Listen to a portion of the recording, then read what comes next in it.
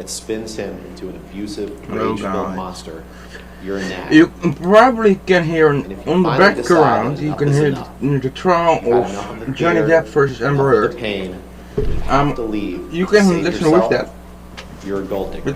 In the meantime, the message we're also going to play Fallout 4. Asking you to say.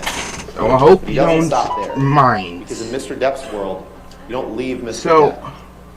And if you do, hopefully I can. He will start a campaign of global humiliation against you. Change title that lasts to this very day. He will do everything he can to destroy your life, to destroy your career. That is what they're saying, ladies and gentlemen. And that's what they're trying to get you, the jury, to be an accomplice to. But it's not surprising, because Mr. Depp cannot and will not take responsibility for his own actions. It's always someone else's fault. Just as Ms. Vasquez did, Mr. Chu did, I would like to extend my thanks to you on behalf of Amber and our whole legal team for the care and the diligence with which you have served as jurors in this matter. You've paid attention to every witness, every piece of evidence, and I can't even imagine the sacrifice that you've made in terms of time away from your friends, your family, your job, to be here on this jury. It's a very important role that you're serving, and we thank you very much. Let's pick up where we started 6 weeks ago in opening statement. You may remember that I asked you to keep a simple question in mind, which is, why are you here? And much of what you've heard during the course of this trial, you don't need to make a decision on in order to return a verdict for Ms. Heard on Mr. Depp's claim of defamation. Now, we'll talk about Ms. Heard's claim of defamation against Mr. Depp, and Elaine will address most of that in a few minutes. But your key question to answer is, does the First Amendment give Ms. Heard the right to write the words that she wrote in this article on December 18th, 2018? That's the question. And you cannot simultaneously protect and uphold the First Amendment and find in favor of Jhonny Depp on his claim. You simply cannot. You have to decide, should someone be able to write an article like that in the United States of America without being sued successfully, without having to go through the hell that Ms. Heard has gone through? So let's talk about that. And to do that, we get to explain a bit more about the law that you have to follow. This is the op-ed piece. I'm not going to read it to you again. You heard me read it to you in opening statements. And I would urge you, when you're in the deliberation room, read it. Read it again. And I know we focused on it, here and there over the course of the trial, but the vast majority of this trial has not focused on these words, on this piece. This is obviously the paper edition. There's the online edition as well. Now we get a chance to discuss exactly what you have to find about this article. To the trial, because I like to watch it, but I also need to get live out for you guys. So this is one of the jury instructions. Hopefully you don't mind. And I've been so looking forward to being able to actually explain to you, as the judge read all the instructions to you this morning, and I know it was a lot, but we've been looking forward to being able to explain to you what you're here to decide. Because I imagine for some of the case, it's been kind of unclear. What are you being asked to decide? These are the things that you have to find. You have to answer yes. As Mr. Chu said, you have to answer yes to all of them in order to find in favor of Mr. Depp. So you have to find that the statement of Depp. And you can decide that in the context of the article. And I'll get to the arguments that Mr. Depp raises on that in a minute. You also have to find that the statement is false. And we're going to look at the statements here. We're going to look at each of the three statements. And in order to win his claim, Mr. Depp has to prove every single element. And there's a concept in the jury instructions that you really didn't hear from Mr. Depp's side this morning, but you've all heard it, I'm sure, outside the courtroom, which is burden of proof. It is Mr. Depp's burden to prove each and every. If he cannot, Ms. Heard cannot prove each and every one of these elements under the burden of proof.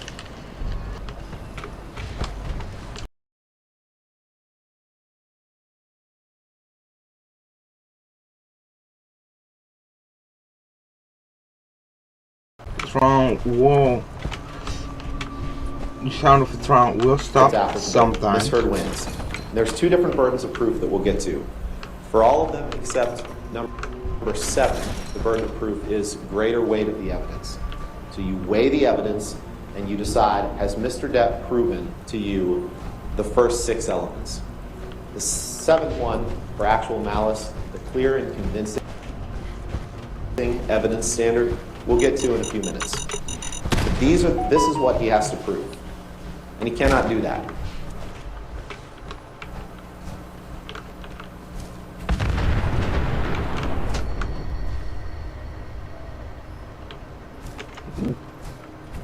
These are the 3 statements. And I know you may be thinking to yourself, wait a second, don't we have to decide if Mr. Depp committed abuse? And the answer is no, you don't have to. Because these 3 statements, you can decide as a matter of law, or as a matter of fact, as you weigh the evidence and the fact that they're true. So the first 2 statements I'm going to address together. Then, 2 years ago, I became a public figure representing domestic abuse, and I felt the full force of our culture's wrath for women who speak out. Number 2, I had the rare vantage point of seeing in real time how institutions protect men accused of abuse. When you go back to the jury room to deliberate, you should feel free, like I said, to read the article.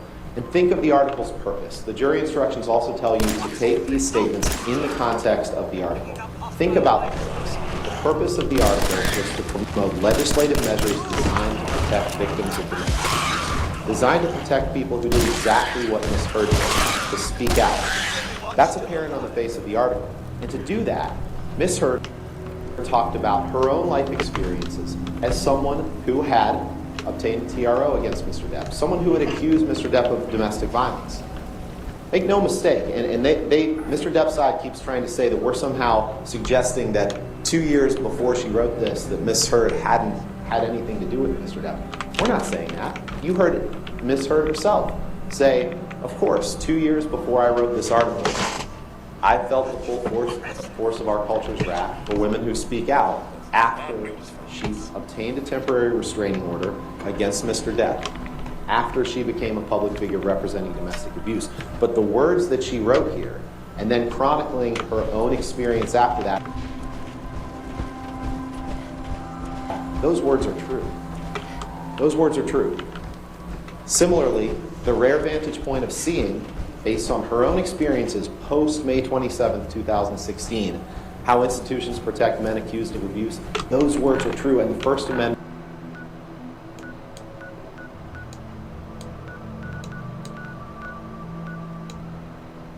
protects Ms. Heard's right to say them. Now, the third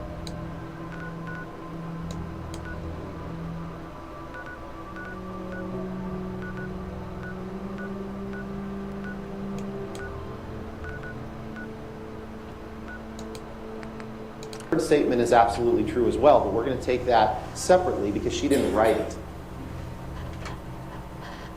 Under the First Amendment, the statements have to be false in order for Mr. Depp to win. Now, plaintiff addresses, like I said, an argument that we're not making. And as I said, we're not running from the fact that when she discussed becoming a public figure representing domestic abuse, Amber was speaking of her experiences reporting domestic abuse against Jhonny Depp. She admitted to that, but that doesn't make the article or the statements about Jhonny Depp. Think about it. Think about every piece of evidence that you've heard over the last 6 weeks about his abuse, about their relationship. None of that is in the article. None of it. We all know that it would be a very different article if she had written about what she suffered, that she's told you about over the last 6 weeks. Because he knows the words are true, Mr. Depp says that the words now have a defamatory implication. He says the statements are the same as saying, Jhonny Depp abused me. But just because he wants to make the article about himself doesn't mean it is. He has to show you that any defamatory implication was designed and intended. I have to ask. Look at number 4. Designed and intended by Ms. Heard to convey the defamatory meaning that he suggests. Just because people might read the article and remember, oh yeah, Amber Heard used to be married to Jhonny Depp. Roger that. and she accused him of abuse. That doesn't mean that she designed and intended defamatory implications in writing about herself. And think about it. If Mr. Depp is right, then virtually any statement that anyone could ever make about their own life that implies anything, implies any involvement with any other person, could be defamatory. And that's clearly not what the First Amendment intends. She didn't design and intend the words to be the equivalent of writing Jhonny Depp abused me. And you don't have to take her words for it. You can take the words of Terrence Doherty of the ACLU. He said that the op-ed wasn't even Ms. Heard's idea. The ACLU wrote the first draft, and great care was taken in drafting the article so as not to make it about Mr. Depp or Ms. Heard's relationship with him.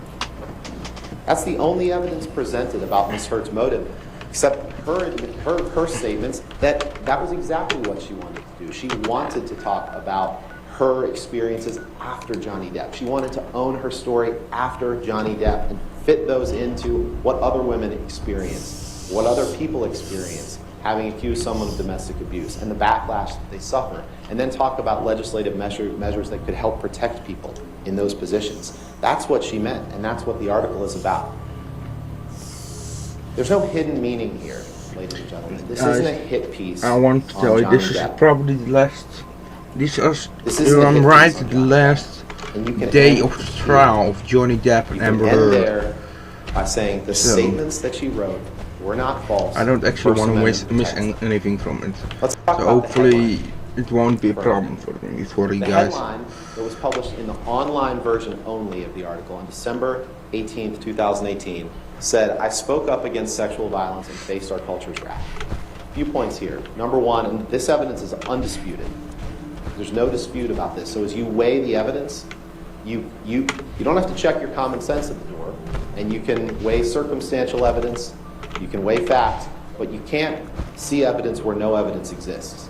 And the undisputed evidence here is that Ms. Heard didn't write the headline. She didn't approve the headline.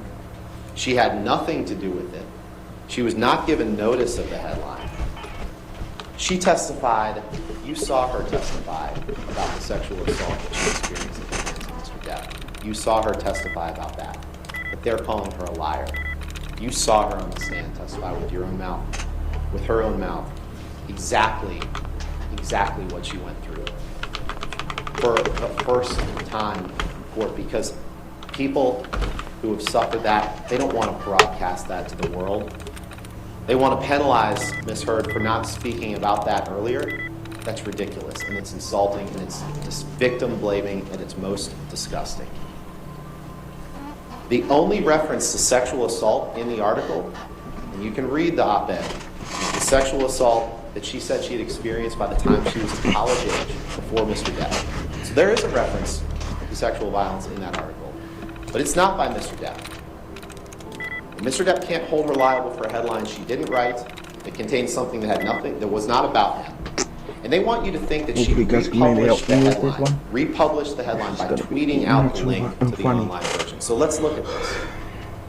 This is the tweet that she sent on December 19th.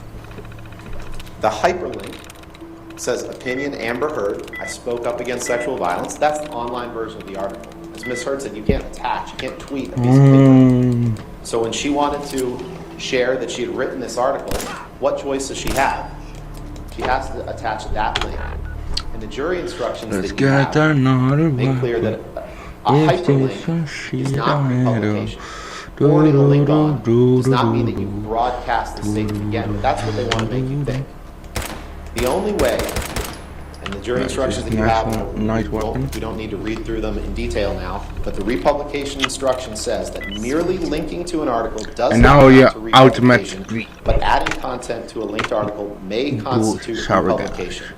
You must determine whether any added content was intended to reach a new audience, and if you find any content added to the hyperlink was intended to reach a new audience, it constitutes a republication.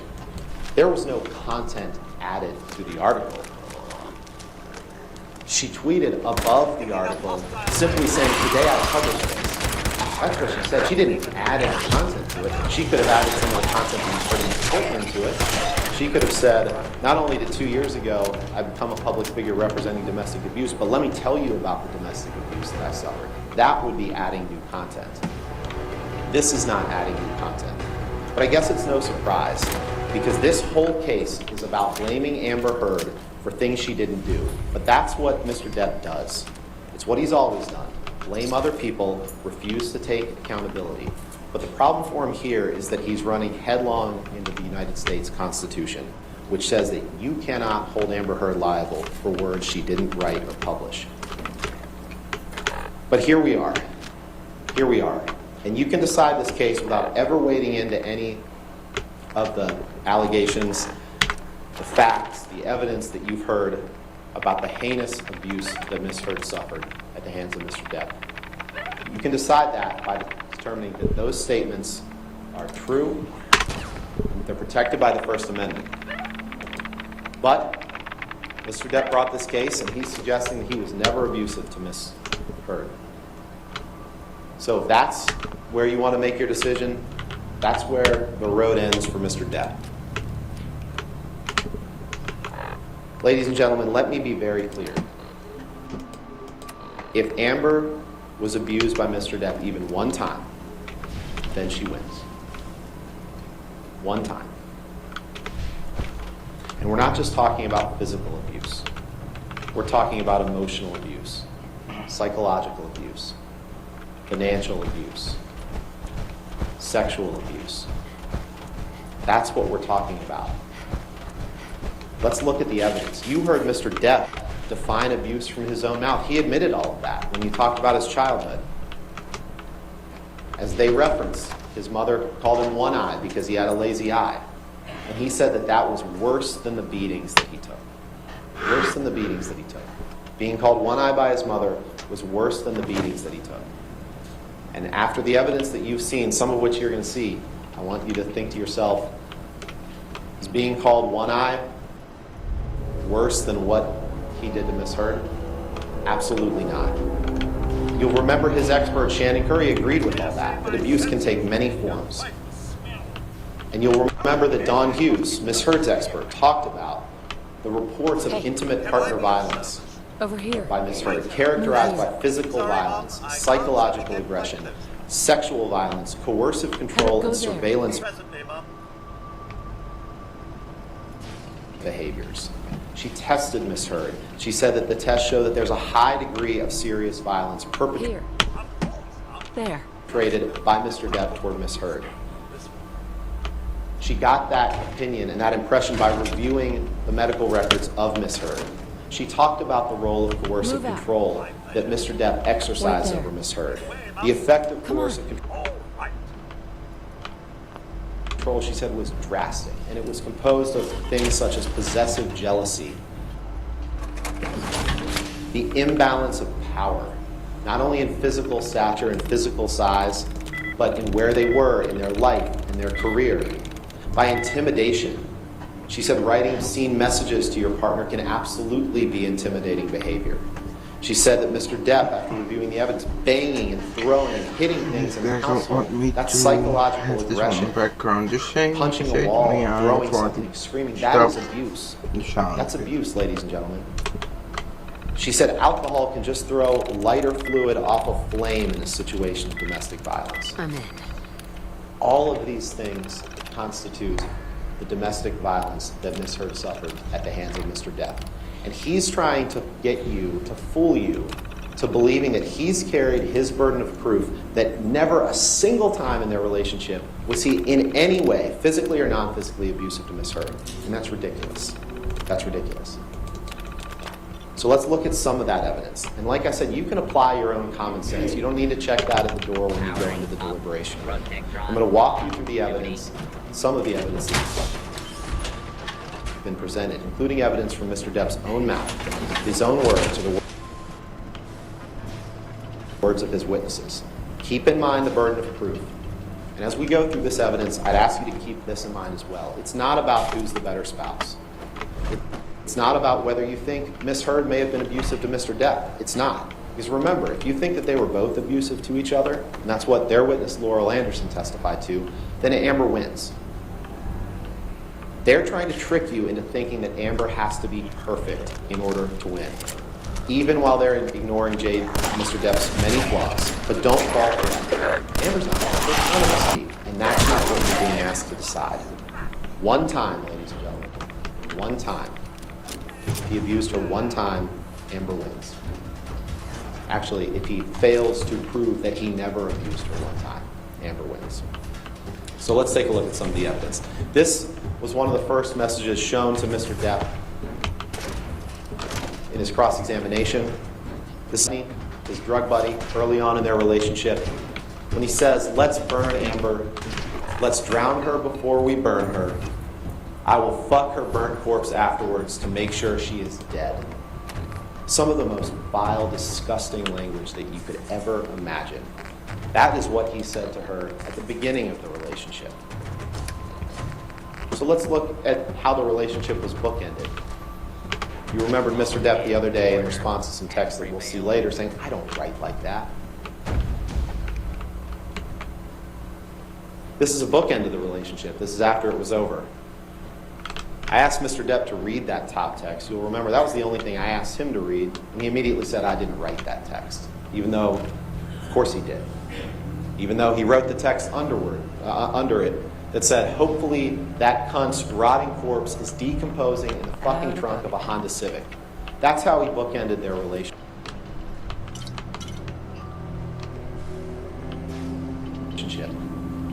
Ladies and gentlemen, these words are a window into the heart and mind of America's favorite pirate. This is the real Jhonny Depp. This is the real Jhonny Depp after Miss Heard decided that she couldn't take it anymore, decided that she needed to leave him. And I'm not going to reread this whole text to you.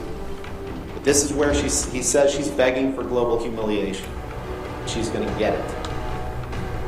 He says, "I'll stop at nothing, and I can only hope that karma kicks in and takes the gift of breath from her." It's one of the only promises to Miss Heard that Mr. Depp. That's how he ended the relationship. But you saw how he started it. Now, Miss Heard did testify on the stand that abused her countless times. First it started, they were very happy. They started dating in 2011, and things were good. And she testified that even during periods of abuse, even during their relationship, when there was abuse occurring, that there were periods where they were very happy. It's the cycle of violence. It's the cycle of sobriety. There were periods when everything was good, when the monster was gone, and then the monster would return. You heard about how the first incidents of violence took place in 2012, when Miss Heard asked Jhonny about his tattoo that used to say Winona forever and had been changed to say Wino forever. And she laughed. And she said, "And he slapped me across the face." She thought it was a joke, and then he did it 2 more times. And then he said, "I thought I put the monster away, and I've done it before." That's what he said to her during that first incidence of violence. But you don't just have to take what Mr. Depp said in his text. We can hear through his own voice what he called Miss Heard.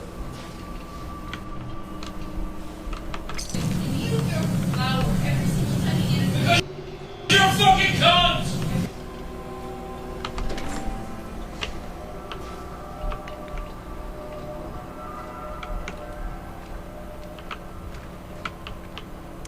We talked about the monster. You heard Mr. Depp get on the stand and say that that was Miss Heard's term. She made it up. That was what she used to refer to him when she was nagging him, because she didn't want him to have a good time. She didn't want him to have a beer once in a while, is what he's implying. But no, this was a term created by Mr. Depp that she heard for the first time in 2012 after he slapped her 3 times across the face and said, "I thought I put the monster away."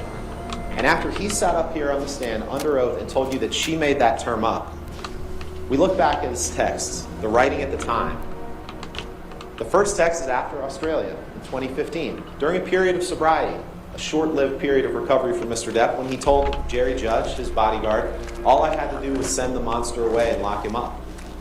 Remember, he texted Elton John, sent an email to Elton John in 2012, referring to himself as the monster.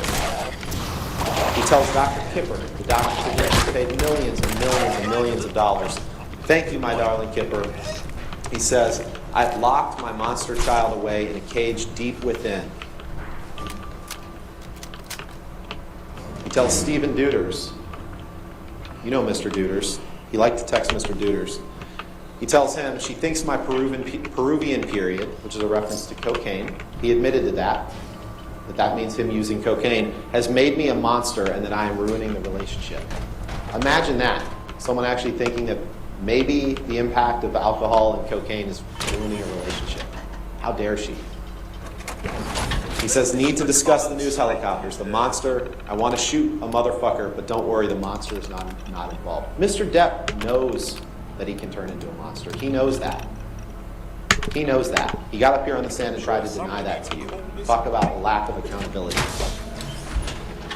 Let's see the monster. Let's see the monster in the flesh.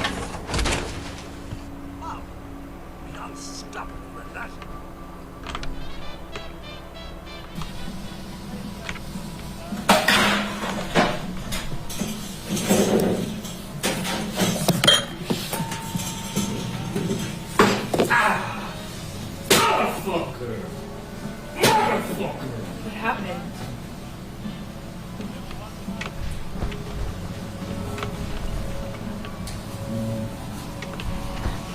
What happened?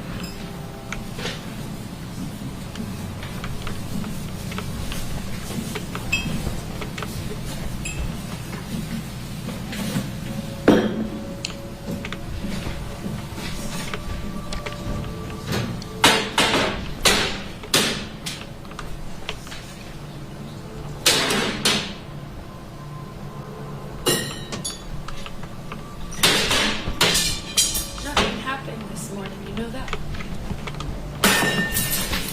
Were you in here? No. So then nothing happened to you this morning. Yeah, you're right. I just woke up and you were so sweet and nice. We were not even fighting this morning. All I did was say sorry. Did something happen to you this morning? I don't think so. That's the thing. You want to see crazy? I'll give you fucking crazy. That's crazy. Oh, you're crazy. Oh, you're crazy. Have you drunk?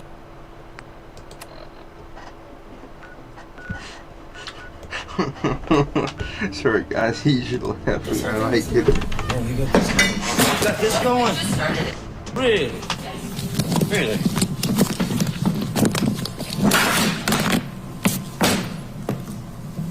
See that shit on me, No, motherfucker? I didn't. You were smashing shit. Bye.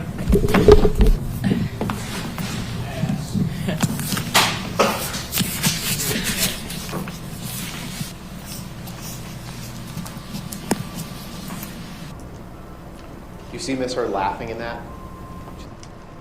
She's not laughing in that.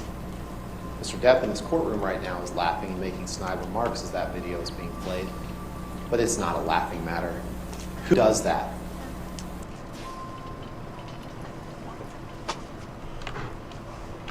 Who does that? Imagine being in Amber's shoes on February 10th, 2016, videotaping him because when he's sober and sweet, you've never loved anything more. But when he mixes the drugs and he mixes drinks, he turns into this man. You've seen it before, you're praying it won't happen again, but deep down you know it will. You know that that man will come out. You know that monster will come out, and you want him to change. Imagine watching your husband, the person you love, behaving violently that way, like a wild animal. That is abuse. That's abuse. You don't have to look at that incident in isolation to find that it's abuse. You can look at it in the context of their whole relationship.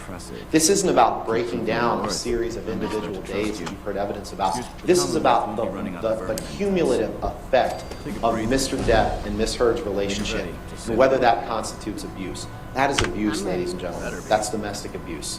Here's the data on the location.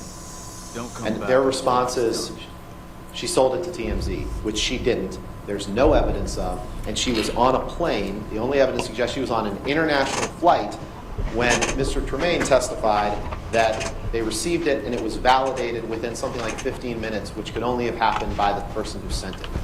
Ms. Heard was in the air. She didn't send it to TMZ. She never leaked anything to TMZ, as you heard from her own mouth. Who would want that to become public? Again, in order to find for Mr. Depp, you would have to find that for his defamation claim, every single thing that ever happened between them that could constitute abuse, Amber was the abuser. Every single time. You have to believe the unbelievable. You all are smarter than that. But Mr. Depp thought he could hide it. He thought he could hide the monster. That's why he lied in insurance forms that you have to fill out in order to be able to act. That's why he said he hadn't taken illegal substances, whether prescribed by a physician or not. That obviously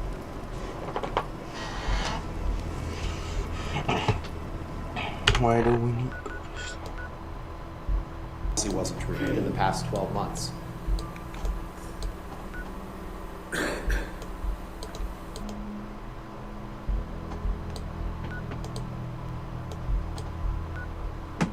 They keep talking about Mr. Depp's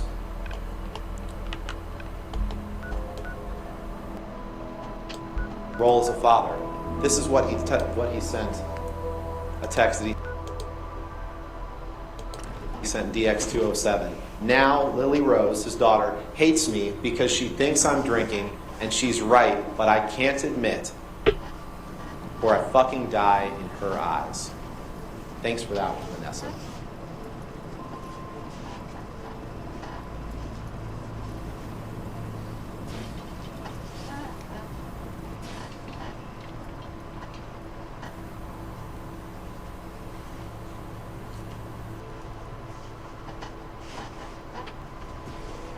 Depp passed out in a Tokyo hotel room during a press tour for The Lone Ranger in 2013.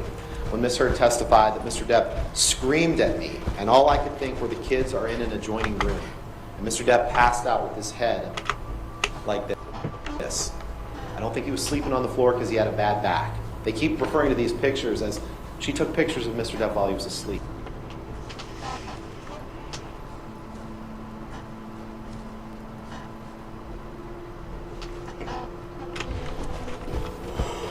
Not asleep in that picture. He's passed out, drunk and high, and she's taking pictures because she wants him to realize what he's done and get help and seek help.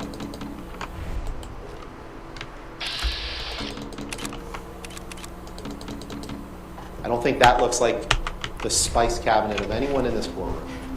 That's Mr. Depp. This is Mr. Depp. This is Mr. Depp. This is Mr. Depp. All you can hear is Mr. Depp when these pictures are shown, that's sneering and defiant. Victim blaming Ms. Heard for taking this picture up, for trying to help. So let's talk about some of these instances of abuse. Oh, I forgot one. In March 2013, talked about the Wino Forever tattoo. In March 2013, there were a couple instances. There was one where on March 8th, and we'll get to that in a second, where he was drinking brown liquor and doing a lot of cocaine. Or that might have been that was March 22nd. On March 8th, this is when Mr. Depp backhanded her. She felt like her lip went into her teeth and got a little blood on the wall. He grabbed her by the arm and held her on the floor, screaming at her.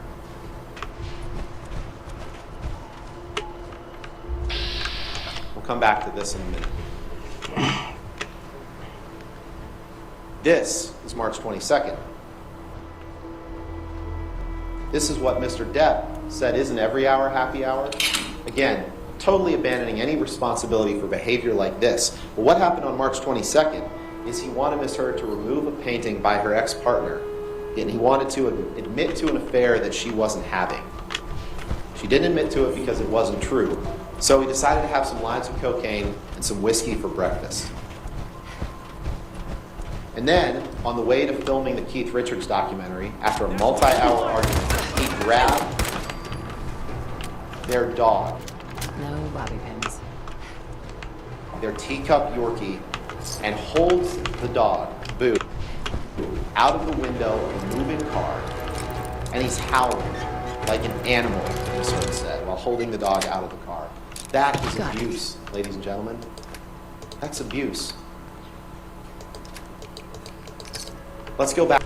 Stopped by a little thing like a lock.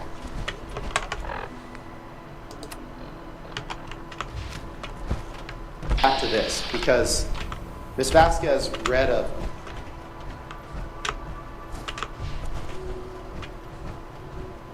parade of witnesses that she believes support Jhonny's defense in this case.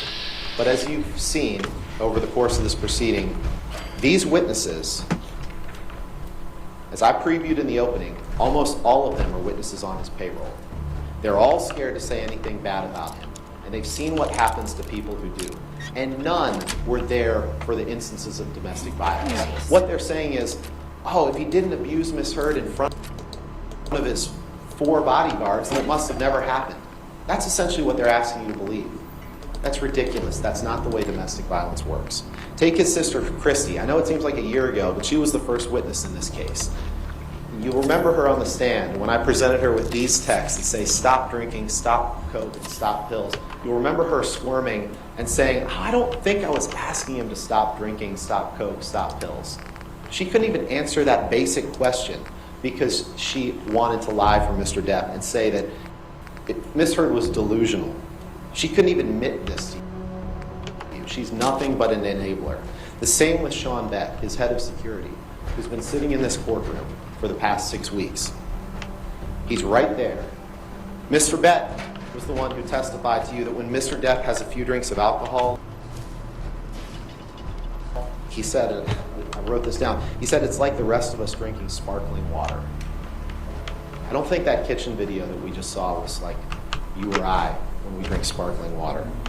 This is the same Sean Beck who said that on the evening of May 21st, 2016, which Elaine will talk about in a little bit, he said Mr. Depp may have bumped something off a table.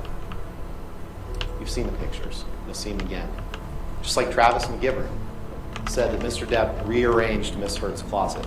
You've seen the pictures. You'll see them again. Just like Tara Roberts in the Bahamas, who tried to blame everything on Miss Hurd and only under cross-examination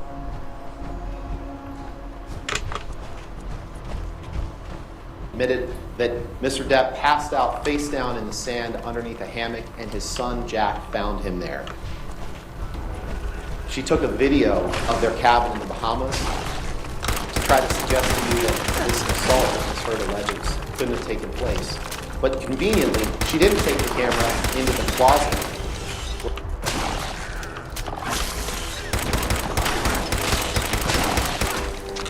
where Mr. Depp held Ms. Hurd, hit her, to get to that incident. She didn't take the video camera into the bathroom where he sexually assaulted Ms. Hurd. She didn't do that because she wanted to generate evidence only favorable to Mr. Depp. Think about Sean Beck and Starla Jenkins conflicting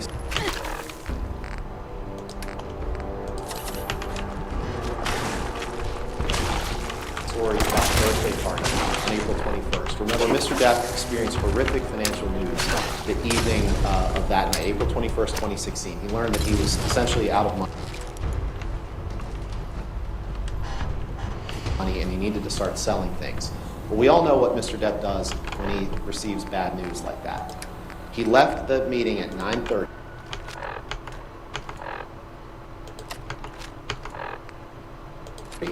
And didn't arrive at Miss Hurd's birthday party until 11:15. Okay, fine, he was late. But we all know what he does when he has that hour and 45 minutes of free time and he's stressed out about something. Mr. Beck testified, remember he said, I took him to his home on Sweetser Avenue, his other home, to pick up a birthday present for Miss Hurd. That's what he said. That's what he said. Mr. Jenkins, you may remember him, he testified by the video link on the stand, and I said, you don't know what he did in that intervening time period. And he said, oh yes, I do. I do. He said, Mr. Depp was visiting a sick mother. And I said, who told you that? And he said, Mr. Beck. The witnesses that Mr. Depp has paraded up here, who are here in person, they're here in person because they're on his payroll.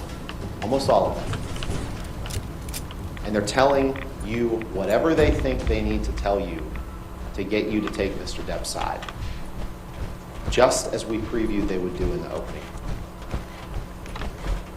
But Mr. Depp would go through periods where he would apologize, where he would be grateful. I have no doubt that there were times when Mr. Depp wanted to get better. These are texts, PX 120A and 120B. I won't read them all to you. These are texts that Mr. Depp sent to Paige Heard, Amber's mom, after detox on the island in 2014. He says, there were more than a few times when I thought it would be more simple to take that route. Meaning go for a swim and swallow a big drink of ocean. And he said it was Amber and Amber alone that got me through this. There's no luckier man on this earth to have the strength that Amber gives me and the full support of each of you. So as you're weighing the evidence and you're weighing Mr. Depp's credibility, think to yourself, what do I believe? What do Damn it! Come in! I know you're listening on the other end. Where is she? Where is my daughter? he has a motive to say on the stand, or what he wrote contemporaneously with the... Who are you? I'm sorry, but we don't have time for visitors or caravans or wherever you're from. I heard the shouting. Yes. You sound like Take his own words to Good Amber Samaritan? Fine. I'm out of options anyway, if you want to hear about it. after the daughter is detox. missing. Just to let you know It that I'm started fine, with my this angel. damn radio. I miss you, of course, but this was the right thing to do to The speed radio was her latest project. Until she made contact with some up the process. I love you more than life. Or maybe she left on her own. But then there were these days. Then there were times like this. She knows how to survive, and she's capable. I think This maybe is she sent on March wanted 9th. her We had a alive. slightly grim morning, is the She way would have Mr. told Depp us describes where it. she was going. She You- would have said, I know my daughter is in danger. I can feel it. We'll remember the text Please. from a few days later. I'll find her. Don't you worry. Thank you. Her room is upstairs if that helps. And if you had any more questions about her, just ask.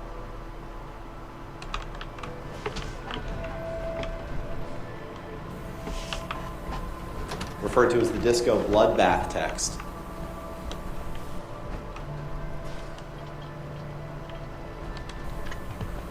Where Miss Heard says, is that about last Friday night by any chance? And Mr. Depp responds, how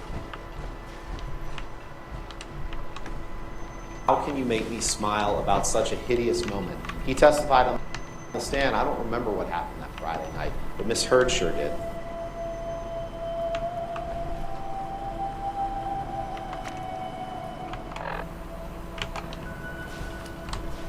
And this is one of the things that she had to show for it. Now, Miss Vasquez showed this to you in opening statements and made it seem like, again, remember what I said at the beginning, if you take pictures,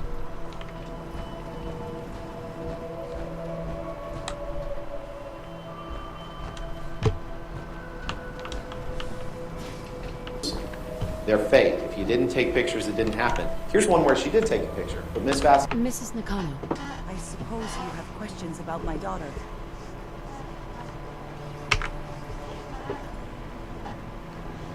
I'd like to know more. says, but she doesn't have injuries on her face. Shine a light on where she's going. Look at the date My that this... daughter is strong, focused, careful. That's how I know she's still alive. But why would she leave without telling us? Maybe we... No, never mind. I don't want to waste your time. picture was taken, Every ladies and detail gentlemen. is important, March Mrs. Nakano. 23rd. Don't hold back. No, it's nothing. I don't want to distract you, Detective. Tell me about this radio your daughter was working on. I remember Kusumi was very excited about it. I figured she was secretly trying to make contact with Diamond City or another settlement. We're pretty isolated out here. She only has us for company, and Kenji can be overprotective. You and your husband don't seem to agree about why your daughter left. We both want to find her. The world out there isn't a place where you want to be alone. But Kendra still sees her stronger than diamonds. You can see a young woman with her own decisions to make. Maybe because it's more frightening. She wasn't tricked into leaving without telling us. That was her choice. She didn't want us to follow. 2013, 15 days after this incident. Nothing So even is when there are wrong. pictures, Mr. Nakano, Did you have questions? About my daughter? why did your daughter really they're leave? trying to deceive you Your wife said into she thinking, left oh, there for should have her been own more. This is a life. 2-week-old Said it was bruise. kidnappers? I know it was kidnapped. And she texts it. Look who she Susan texts is a that smart to. girl, She texts. But she doesn't know how horrible people can be.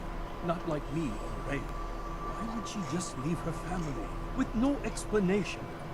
To her mom. Daughter, They the say safety of home. she never told Every anyone. minute we aren't looking for my daughter, her life is in jeopardy. Text to mom, Anything March more 23rd, you can tell me 2013. about Kasumi? The smallest detail could be important. I don't Let's know go to what Hicksville. You remember Hicksville? Obviously. She doesn't know how There's been a little bit of dangerous this world is. I never should have let her grandfather teach her how to fix these machines. discussion about that in this case. This is where Tell me Mr. more Depp got about this jealous radio she was fixing. that a woman named Kelly Sue was sitting close to Miss Heard and maybe had her arm around her at a campfire, and everyone was having a good She time. just wanted to strip it for parts or build a toaster out of it or something, like she usually does. Someone made contact with her, and then they took her. God, what kind of twisted psychopath has my daughter? There were some mushrooms involved. Her grandfather? There was some He drinking. taught her how to fix And the radio? Miss Ever since she was old enough to walk, yes. Her grandfather had an ear for machines. Kasumi picked up the knack. He passed away recently. He used to scavenge the ruins in the south for parts. I kept telling him he was getting too old. Mr. Depp got jealous of that. Now he claims that Miss Heard is the abuser. No more questions right now. Work quickly, detective. That she's so much stronger than he is. But then he testified that the evidence.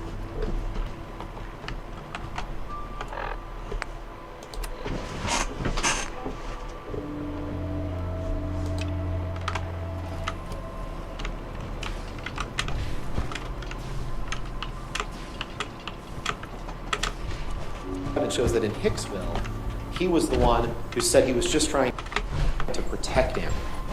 Well, who says, why would she need protection if she's the abuser? And he went and took Kelly Sue's hand, forcibly removed it from Miss Heard, embarrassing Miss Heard, ruining the mood of the whole night. So they went and they got into an argument in the trailer, in which not only did he trash the trailer, but he took her into the bathroom. He slammed her up against the side wall of the bedroom by her neck, holds her there, and no, sorry, that was the next one. In Hicksville, he took her into the bathroom of the trailer and did what he called a cavity search, where he inserted his fingers inside of her and sexually assaulted her, then trashed the trailer. And you heard this Morgan Knight person who testified a few days ago, who said it was $62 of damage. You also heard evidence that the way he got involved in this trial was by reaching out to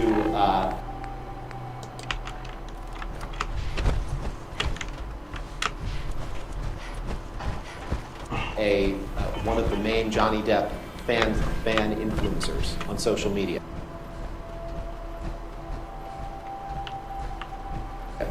And you saw that text. That's how he injected himself into this trial. There was way more than $62 of damage. You heard testimony from Rocky Pennington, Whitney heard, Whitney Enriquez, and Amber about him trashing the trailer. And is that really a surprise? The man's admitted that he smashes things when he gets angry. The man's admitted that he smashed hotel rooms.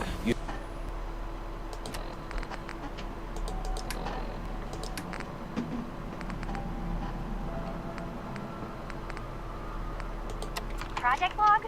Radio. Correction. Working radio. I'll finally get some news outside this house. You saw the quote that he admitted to the other day, that when he wants to hit something, he's going to hit it. And he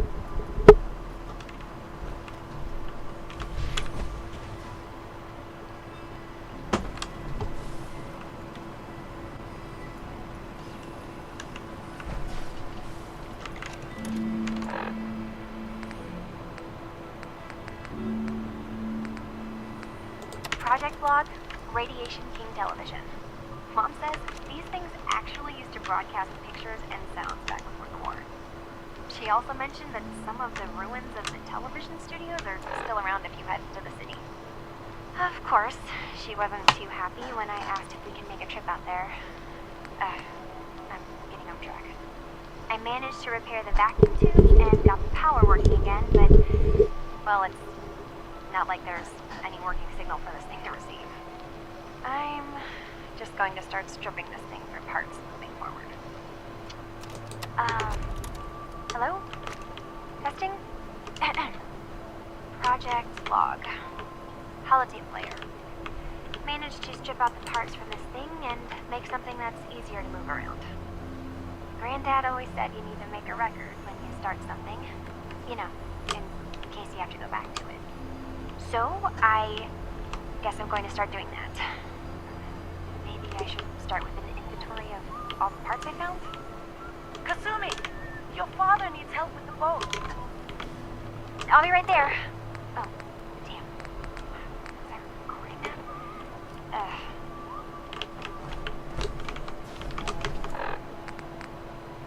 Project Log, kitchen mixer. The circuits are still good, but all the mechanical parts are rusted through. Maybe I can... All right, everyone. I'll be back in a few days. Was there anything else we needed from the city? Wait, you're going now? No! Wait, Dad, I could come with you. It is better if I go alone, cousin. Do not worry. I have your list. You don't know what half that list is, Dad. I can help you. Really, I'll be... I said no. I'm sorry. You're safe here, okay? Just stay put for me. Okay. Wat een berg stenen, typisch. I know you disappoint Nog me, meer stenen. but I won't be She went to long. bed that night. I love you. Where Miss Hurt testified, and I remember trying to get up, and I was slipping on the glass. I was wanting to move. I felt this pressure in my pubic bone. I remember just not wanting to move because I didn't know if it was broken. I didn't know if the bottle that he had inside me was broken.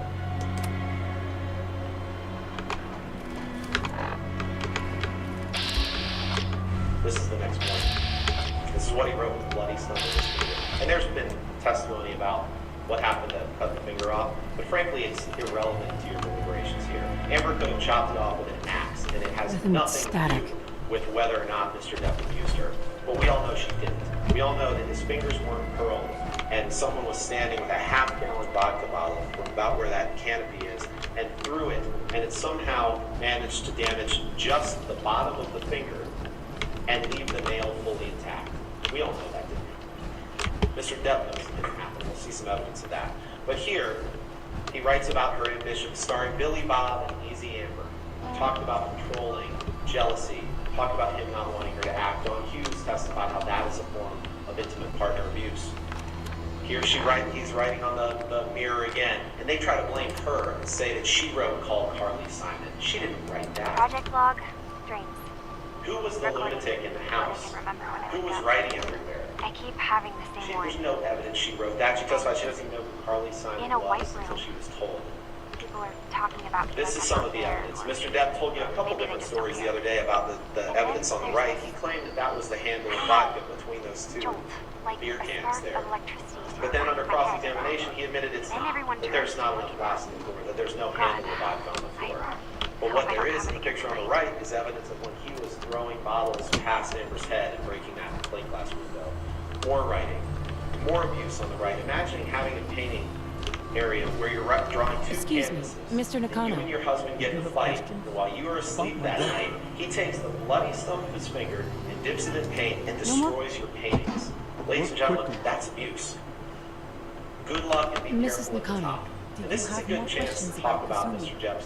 Depp's controlling and Every jealous detail is rage important, and his Mrs. desire to Nakano. control Amber's Hold career. back. No, it's nothing. I don't want to distract He you. didn't want her to act. As early as 2013, he tells his sister, I don't You need and your actors for husband shit don't for seem fucking. to agree about why your daughter He left. tells her in this recording, We both want to find her. The world out there isn't a place where you want to be alone. But Kenji still sees her swaddled in diapers. He doesn't see a young woman with her own decisions to make. Maybe because it's more frightening. She wasn't tricked into leaving without telling us. That was her choice. She didn't want us to follow. Why? I become jealous when you're doing movies. I become irrational and fucking crazy. Nothing else right now. Out of his own mouth. This is some of the notes of Dr. Blaustein, his therapist. He called him self-destructive. Something about wait up to fight the devil. Jealous. And it's hard to read, but you can see jealous. You see paranoia, fear, envy. He wanted to control her. He wanted to own her. He didn't want her to have any career. And then he says things like, I have other uses for your throat, which do not include injury. No one who hasn't previously grabbed someone by the throat would write, which do not include injury. But we all know how Mr. Death thinks along these lines, because you saw these two texts the other day, that he sat on the stand and denied writing. And I'm not Guys, oh, this is sad. Why did I do this? Oh, I didn't know it was a house cat. Of course he would, and he did. These are texts that he gave to Amber and our team in this litigation, from him to his personal assistant, Stephen Dukers. This is the Now I'm sad. this, not what you heard on the stand. That. It's disgusting. He admitted that he cut his finger off. This is evidence of him admitting to it to people other than Amber. I cut the top of my middle finger off. Says that to Dr. Kipper. Says it again to Dr. Kipper. The bottom one he says to Nurse Bellotti, I just chopped my finger off. But he does say it to Amber too. Remember, we played this one 4 times, and Mr. Depp denied that he was actually saying the day that I chopped my finger off. Let's hear it one more time.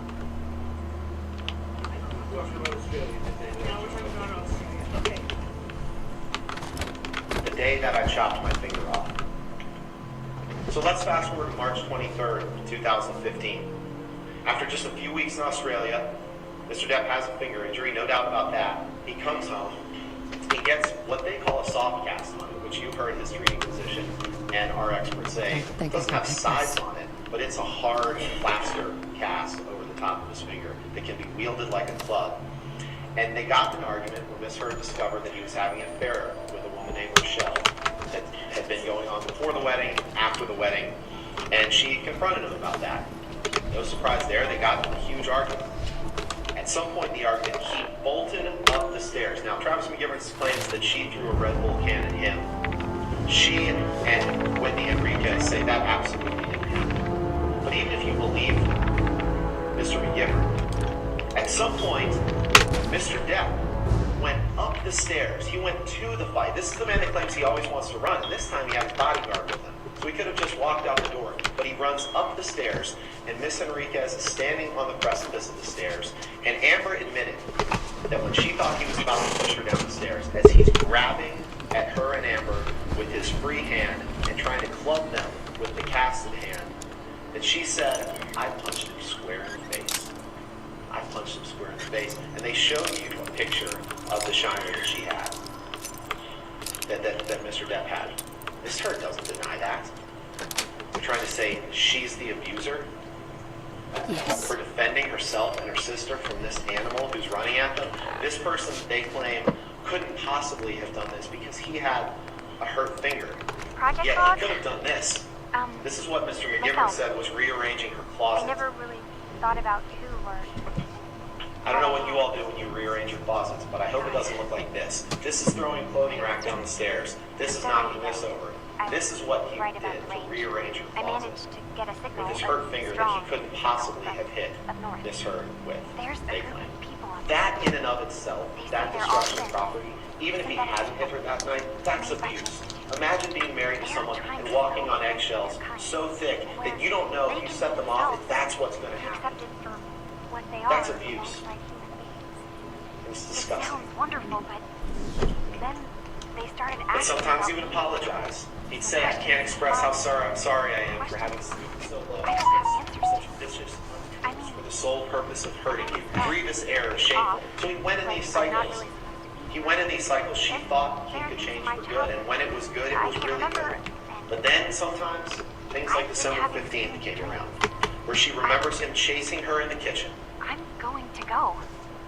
She remembers him shoving her 2 or 3 times and sending her toppling over a Chase lounge, saying, "You really want to go again, tough guy?" And she looked at him, and he balled up his fist, leaned back, and headbutted her square in the nose, and pounded her head with the back of his fist, so she couldn't breathe on that bed that we're going to see in a second, where she was suffocating in this pillow top, and she said, "This is when I thought he was going to die. He's going to kill me, and he doesn't even know what he's doing, because he's out You of have his to mind." kitty cats. I love it. And these are the pictures that they claim.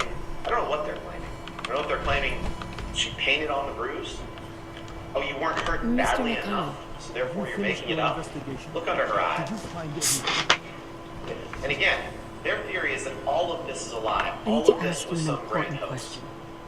If this were a Are you hoax, sure ladies your and gentlemen, daughter's... she'd have worse What injuries kind than of that. question is that? She'd really do Why it are up. you asking? She took pictures as they existed, Your when she daughter could made at the time contact of with a abuse. group of And yet Ms. soldiers. Vasquez has the nerve to say, well, why did she She videotape thinks she's one an of them. incident of abuse? What, if she's being hit, That's she's crazy. supposed to She's somehow not. grab the video camera with one hand while she's defending herself with another hand?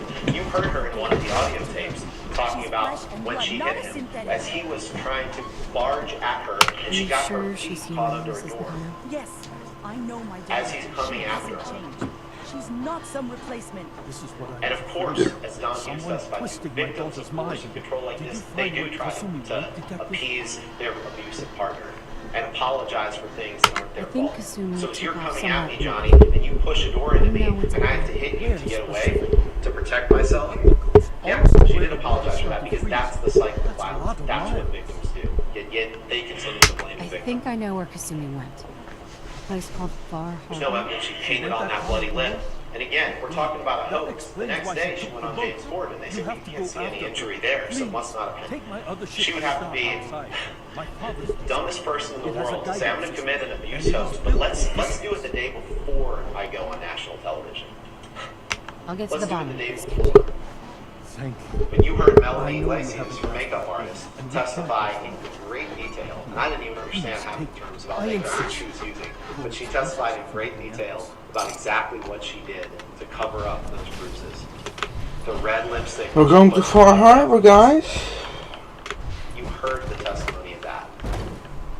To a neutral party who said exactly what she did. She talked about how she looked at the color wheel to neutralize the bruising. They claim it was just an accidental headbutt. Well, no accidental headbutt rips out hair.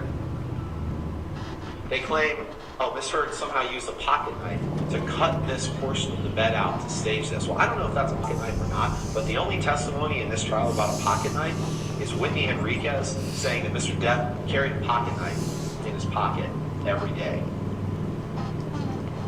We all know where that, if it is a pocket knife, where that came from. I think one of the most telling things about this incident is the text he sent to David Heard, Amber's dad, 2 weeks later, where he says, I meant to send this to you, will be now, and he says, I forget if it's a text or an email, but you can look at the X580, he says, yes, I fucked up and went too far in our fight. Because as a result of that fight and the bruises that all of her family saw, the family refused to go to the Bahamas with them for Christmas. The family refused to go to the Bahamas for Christmas, and on that trip to the island, Mr. Depp kept passing out. And every time he passed out, he would dump a glass of wine on Amber's lap. And she didn't like that, and she yelled at it. And because it was in front of his kids, he got up.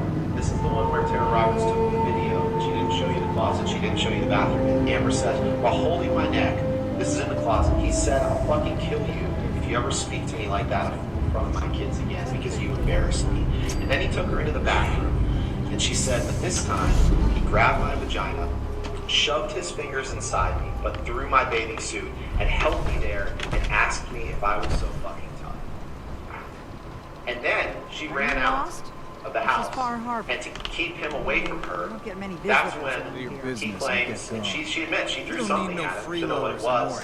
It's been testimony, it was a can of mineral you can get spirits. back in That your she boat claimed and that hit Amber, Mr. Depp. this isn't your Mr. dog. It Depp is belongs to somehow the the victim hotel. in that encounter. That means Come on. strangers are We welcome. talk about the train Sorry. ride to Asia. You've caught us You saw the during pictures taken before they got on the train time. ride, where But Mr. Depp has the Alan's got a same point. shadow Not all under his visitors eye have that he good does in the intentions. allegedly abusive picture. So, But in that picture, he held in that train ride.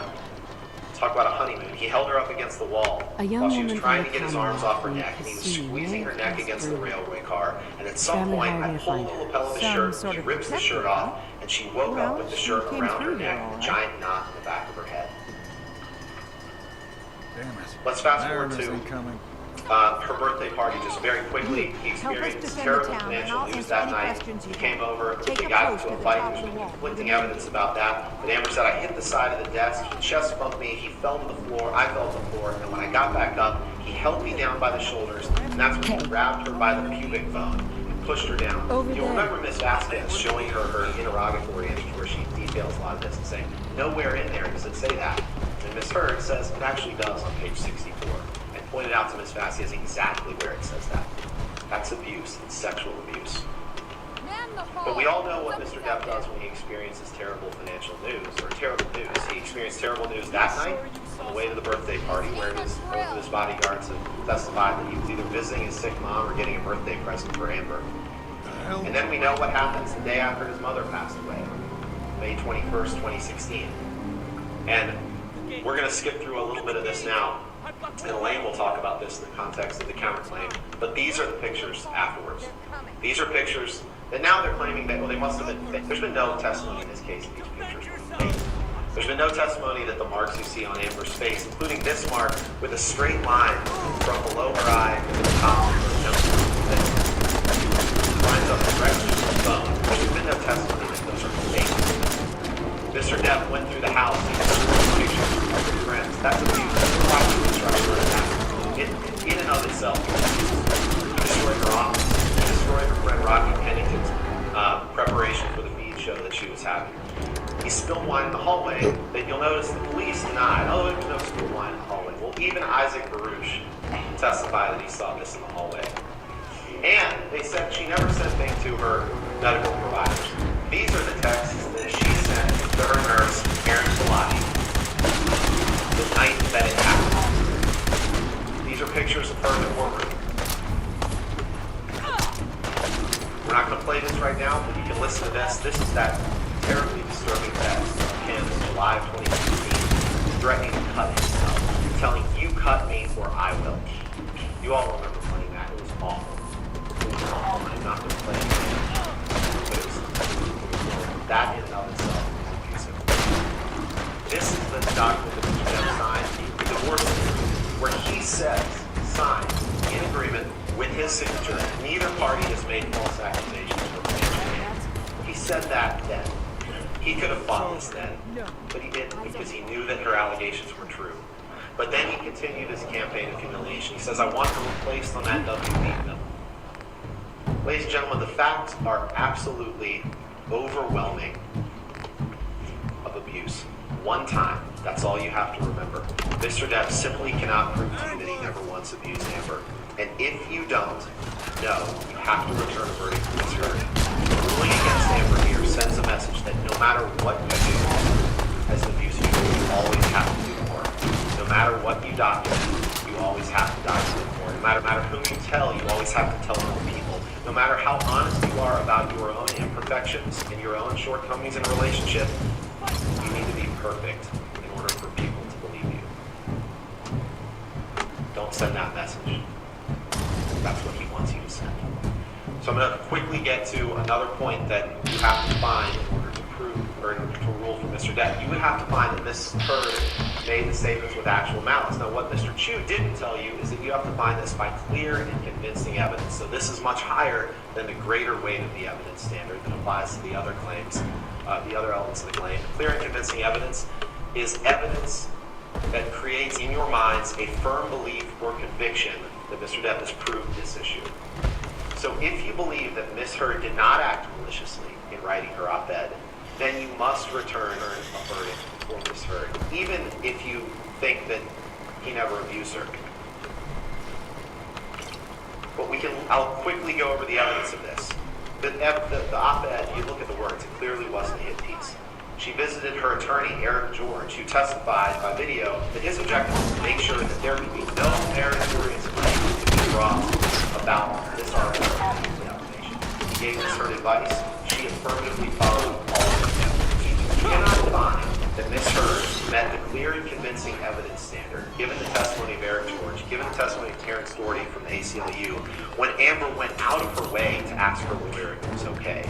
They will say it doesn't matter if she's lying, but even if that isn't, they will say that that doesn't matter if she's lying, but even that isn't true, because again, keep in mind, if Miss Heard wanted to be malicious toward Mr. Depp, the article would be very different. And I think it's interesting here, we'll talk about Mr. Waldman in a second, but that Amber utilized her attorney, Eric George, to make sure that she was following the law.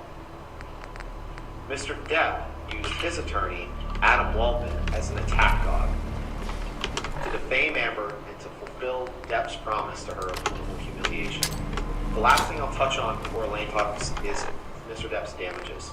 The man's at least consistent in one respect. He blames other people for his problems, everyone but himself.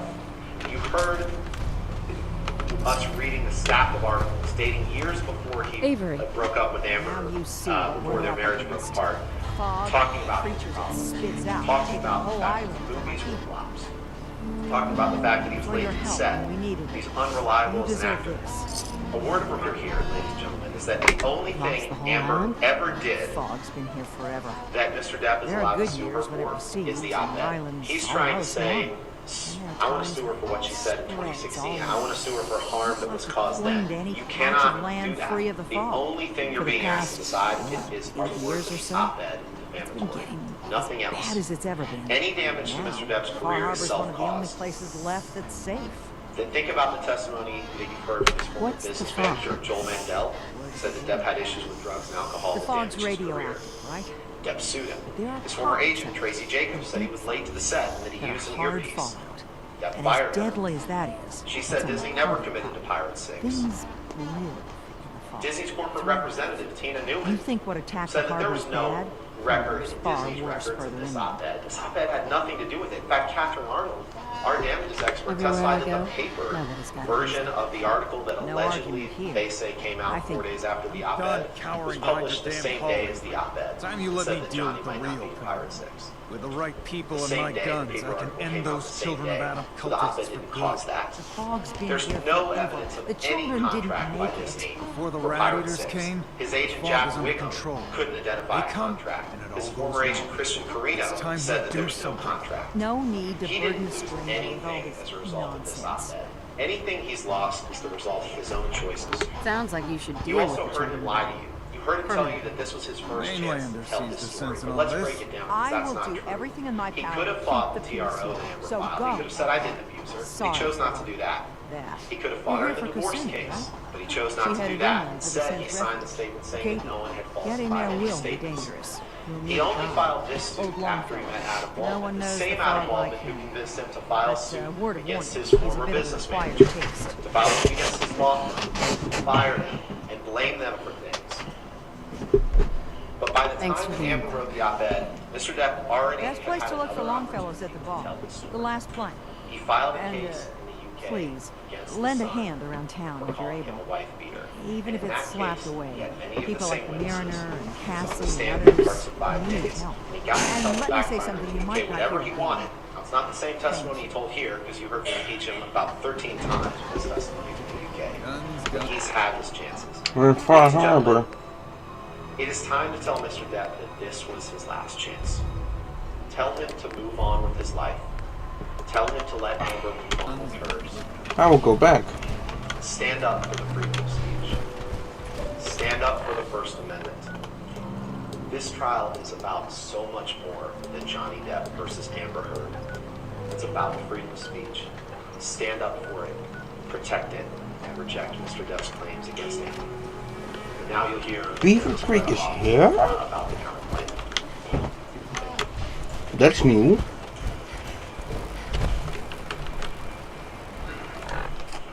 with other weapons with ammo that are a little better.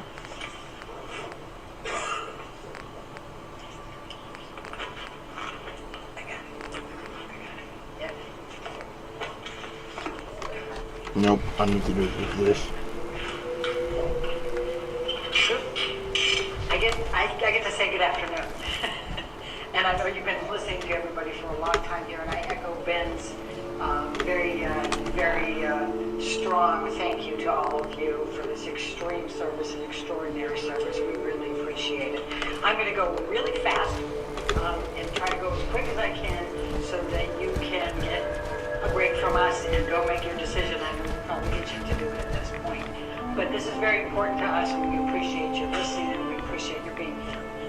I'm going to stay on this slide for a moment, and there's something that's very important on this slide that hasn't been brought to your attention by Mr. Depp's team. When you see the actual damages, go down to the last paragraph, if you will.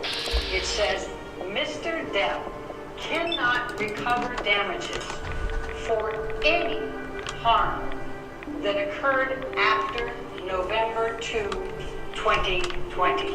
Do you all see that? So what Mr. Depp's team got up here and told you through Mr. Chu this morning has nothing to do with this case. He had his chance in the UK. The lawsuit was filed June 2018, 6 months before the op-ed. The trial was July 2020. The process ended, according to Mr. Marks, their expert, on November 2, 2020. And his damages stopped then. He can't get reputational damages. He can't get his legacy back for his children. He can't get anything after that day from you. You can't restore his reputation. You can't give him anything. They didn't tell you that, but the court told you that. And that's a very, very important thing here. He told his story. He had his opportunities. He had his full opportunities to do all of that. And he came in here and lied to you and said he's here to get his reputation back. It's just one of many lies in this case, but it's a really big one. Because here we are, 6 weeks of your time, precious time, 6 weeks of this court's time. For what? For nothing. Only to go after Amber. That's psychological abuse. He's going after Amber for nothing. Because he wants to put her through this again. The third time. So we're fighting back, and that's the conflict. She finally has said enough. Enough. And we're asking you to finally hold this man responsible. He has never accepted responsibility for anything in his life. You've heard of this whole time. He hasn't admitted to anything. He's blamed everybody in the world, agent, manager, lawyer, Amber, his friends, everybody. But he's never accepted responsibility for a thing he's done in his life. But we're asking you to accept, to make him accept responsibility, to hold him legally responsible for his actions, and to fully and fairly compensate him for what he has done by creating this concept of hope, the defamation that he's committed, that you have heard so much about, that just a wildfire and has brought into negative media and has made Amber's life pure hell up to this day. We're asking you to do that, to compensate her, to be fair and hold him responsible so he stops. We don't want another lawsuit. We don't want anything else. We want to leave Amber alone and let her get on with her life and raise her child. So let's talk about the counterclaim for a moment. These are Adam Waldman statements. You've heard Mr. Depp say, well, why aren't you suing Mr. Waldman? Isn't that typical of Mr. Depp? He doesn't take responsibility for anything. So now he's going to blame his lawyer. But the evidence is very clear on all three statements, and we'll show them to you in a minute, that he says Adam Waldman, Mr. Depp's attorney, says these things. Now, Mr. Depp said, oh, I didn't know about those until the counterclaim. Well, we know that's not true because Mr. Waldman's testimony was 2 months before those statements were made. In February of 2020, Mr. Depp accompanied Mr. Waldman to the Daily Mail, the same place that all 3 of these statements were published. And he gave him 2 spliced audio tapes to try to make it look like Amber was the person who was committing the abuse. He went with him. He knew that Mr. Waldman was doing this. He knew that Mr. Waldman was launching a campaign against Amber to try to discredit her. And the timing of this, we're talking, the statements now are April and June of 2020. The trial is July of 2020. So they're launching an attack to try to discredit Amber before the trial in the UK. That's what happened here. And that is Mr. Waldman, but it's Mr. Depp. The judge gave you 3 different instructions, and you'll all have them. He's acting as his attorney. He has the authority. So Mr. Depp is standing in the shoes of Mr. Waldman. Mr. Waldman is standing in the shoes of Mr. Depp. Michelle, can you get this right now?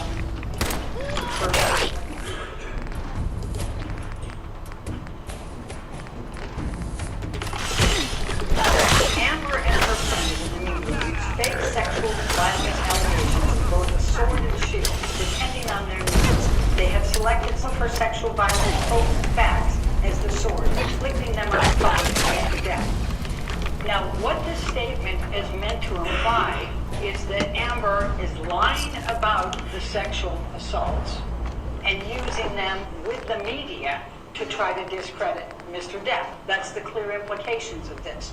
Now, the first part of this is this contradicts Mr. Depp's claims today that the first time you ever heard about the sexual assaults that happened was in this case. It was in the UK case. This is the case that Mr. Depp brought in the UK. And instead of Amber Heard trying to put this out in the media, she did exactly the opposite. Now, this article's not in your evidence book. At least some of you will remember it being shown at one point with the title that said that Amber was successful in being able to treat her allegations of the sexual violence confidential in that proceeding. And it was treated confidential. She did exactly the opposite. She didn't want to tell people this. And you know that. You watched her on the stand. It was heart-rending for her to have to do this with the cameras, no less.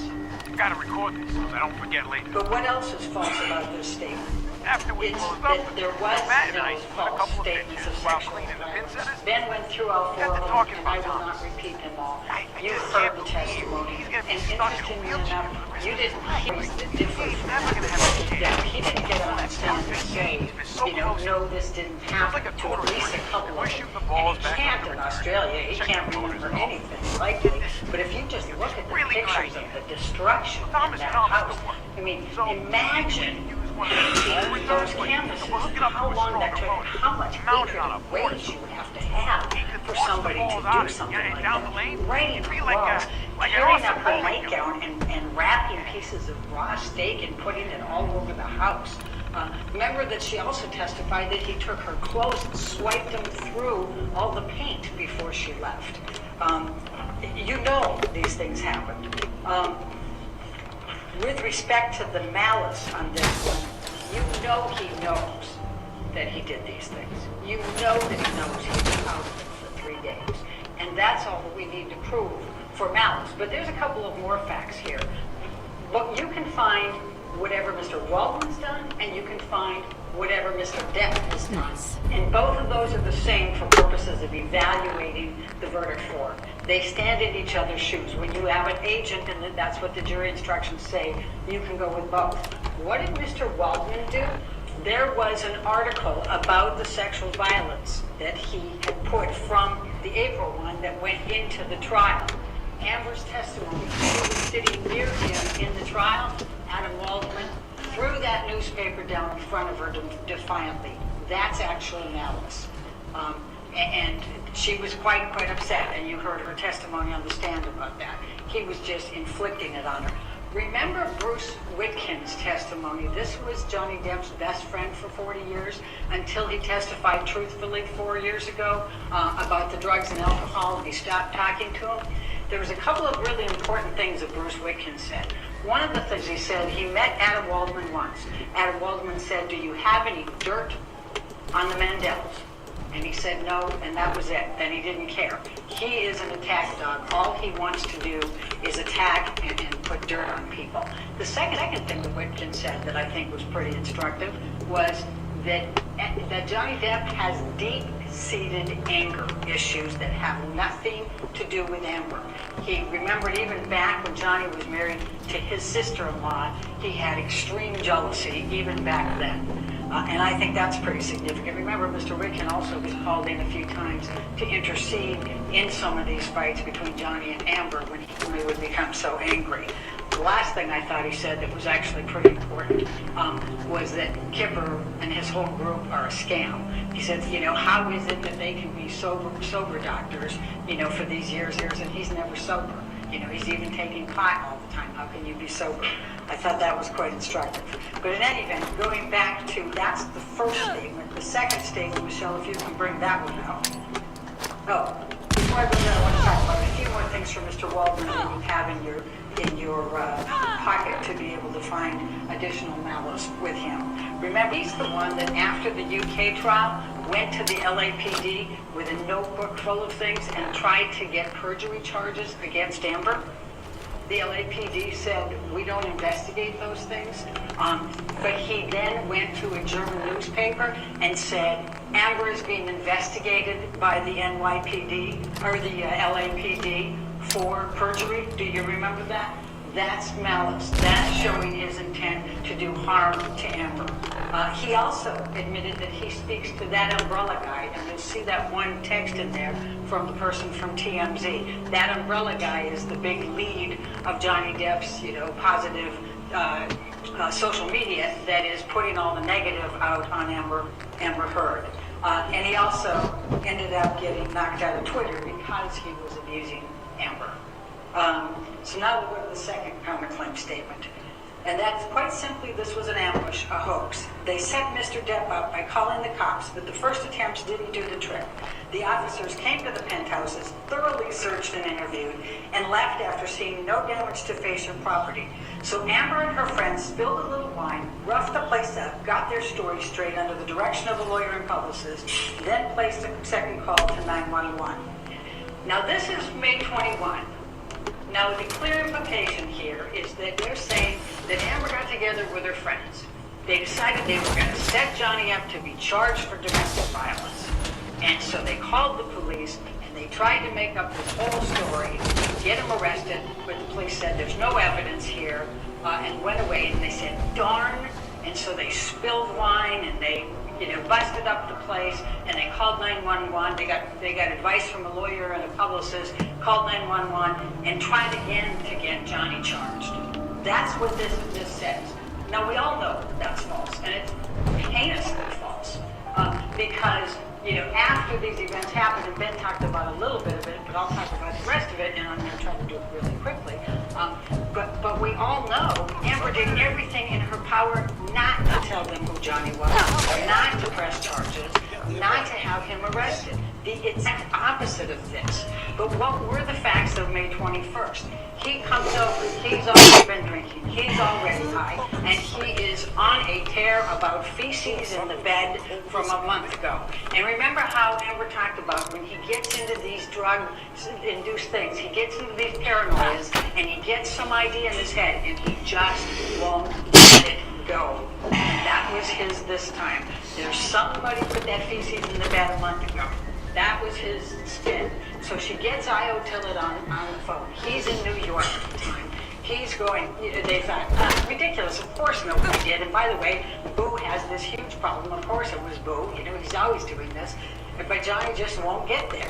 So then they laugh. That makes him mad. Then he throws the phone at Amber. Amber screams out and says, ow, you just threw the cell phone at me. It hurts. Io says, Amber, get out of there. Johnny gets madder, pulls her hair, grabs her, and starts hitting her. So Io gets hold of Rocky Pennington. She comes over as quickly as she can. She goes and gets in between the two of them. She puts her hands up on his chest. He pushes them down. And then she continues to stand in between them. And he's screaming loudly 10 times, Amber, get the fuck up. Amber, get the fuck up. Amber, get the fuck up. Loudly, loudly. Then his bodyguards hear this. They come in, they break it up. That's how that happens. But the next part of this, remember Josh Drew, and I think Elizabeth Mars was amazing in this one. Remember their testimony? You know, after that he goes and he has to, he always leaves a path of destruction as he's leaving.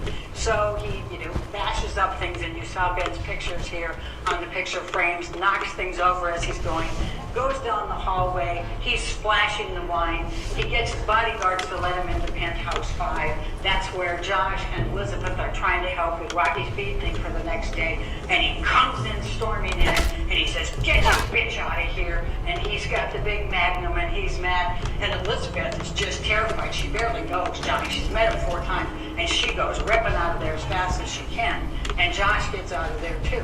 Then what does he do?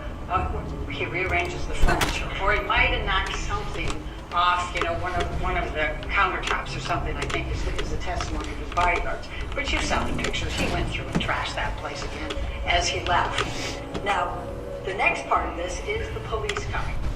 Io calls the police. He's in New York. He calls the New York Police 911. He's afraid they're not going to get there fast enough. He still remembers December 15, because he came in afterwards and saw all of the injuries on Amber and all the evidence, and he's terrified that Amber's still in there, the police haven't come, and that Johnny's going to kill him. So he calls a friend in LA and says, please call 911. We got to get somebody there fast. So she calls 911. So we have 2 calls, and you'll see the call summary. And the call summary shows those 2 calls really close in proximity here. So it's not them, we didn't get the first police officer, so we'll rough up the place and make a second one. You'll see that they're like 8 minutes apart up there. But it took 2 hours to dispatch the 2 different ones.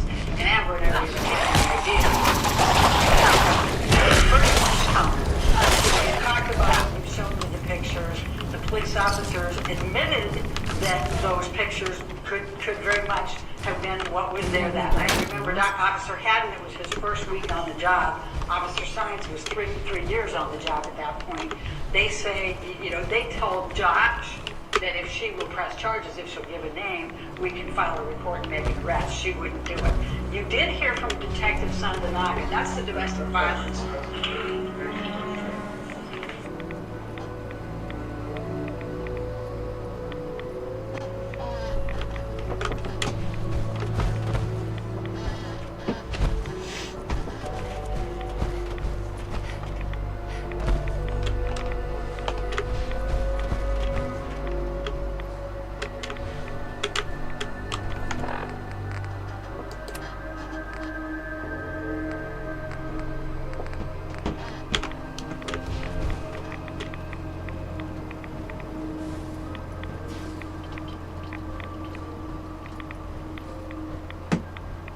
You recall Josh Drew saying that the police officer told him, she'll give a name, we'll make an arrest. He definitely said that. But in any event, she would not cooperate. She didn't work. But Detective Sandanaga, their domestic relations or domestic violence person, said they should have done an incident report no matter what, even if they decided there wasn't a crime.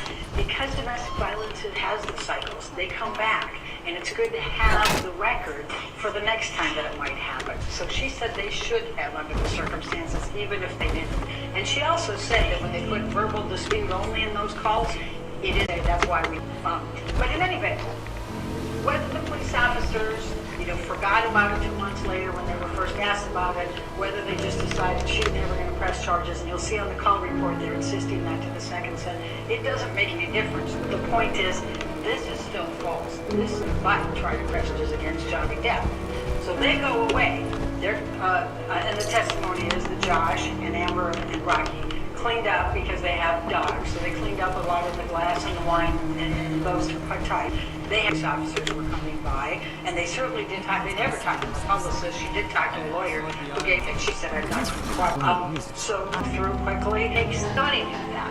But the other thing that's very helpful, 7772 and 773, he says, "My profound apologies" in one of them, and "my apologies are eternal" in the other one. What is he apologizing for next day on May 22nd if he didn't know that he did all of those things? And by the way, remember Isaac Baruch even remembers the line in the hallway.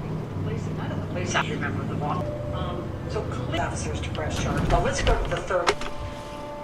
Going to the third one. This makeup thing, fresh-faced, natural.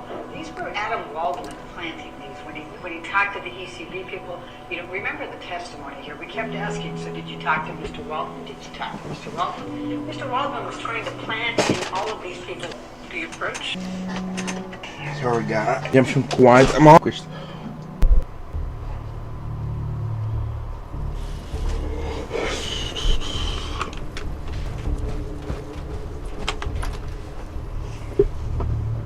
Any of the witnesses admitted that Adam Waldman planted that. I'm saying, and that's because it's all the same thing. She wasn't wearing any makeup. She was natural.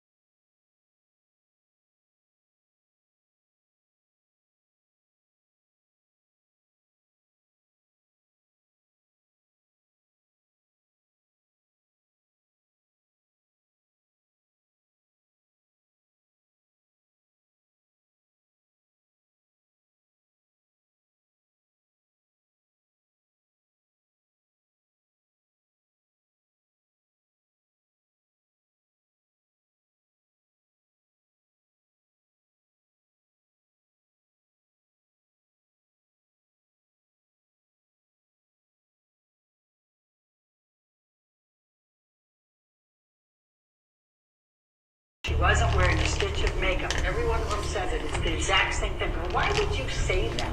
She's an actor. She's not going to go outside her house, you know, without putting makeup on. And if she has bruises, why on earth, when she's been covering them up for 4 years, why on earth would she not put makeup on so that she would cover those up? Wait to see what you bring Why back. on earth would she not want to cover up those bruises? It makes no sense. But you know what? You guys saw her here. You guys saw it. You saw Amber on the stand. There were days where she didn't wear eye makeup. That's what A lot of people think that she's not wearing makeup when she doesn't have mascara and eyeliner on. She has different looks, and some of them are with eye makeup, and some of them are without. And people misunderstand, especially people that aren't that good at makeup, and a lot of men, frankly. Mess Then she probably doesn't have makeup. Let That's me where that see mistake you. happens. But you heard her testimony, and you heard her makeup artist Precinct testimony saying she doesn't go out of the room without concealer and foundation. Let me go to that. She knows how to put these things in. It's next. And you saw Defendant's Exhibit 155, and you'll have I will sit there and mark that. I will That's go the type of to palette there. she used, and she was very adept at telling We're you going what color next she to Town puts on City, for the different finally. days of bruises. This is a woman who for 4 years did everything she could to cover up anybody knowing anything about this abuse. Do you honestly think she's just going to walk around for the week with her bruises exposed? Of course she's not. Now, let's go to the third one. And this is the abuse hoax. He says we've misheard abuse hoax against Johnny Depp. Now, obviously the defamatory meaning of that is that Amber's creating an abuse hoax. But there is no abuse hoax. I don't need to tell you all of the evidence because Ben did a beautiful job of just taking you through all of those different things. But I will point out a couple things for you. And that is, remember Bonnie Jacobs, the therapist. Dr. Hughes and Dr. Spiegel testified about Bonnie Jacobs. No, you don't get to see them, but they testified that they went through them. Dr. Hughes testified that she also spoke to Bonnie Jacobs. She kept contemporaneous notes from 2011 when she first started seeing Amber. And the abuse is documented in those notes, is what Dr. Hughes testified to. They started in 2012, both physical and... Objection, Your Honor. That Dr. Hughes...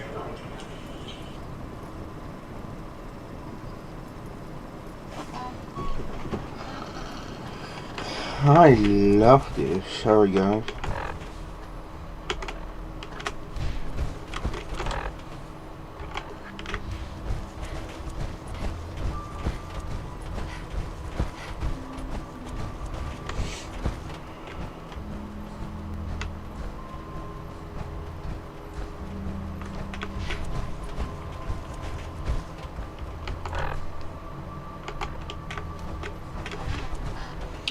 Don't tell me I have to walk around this.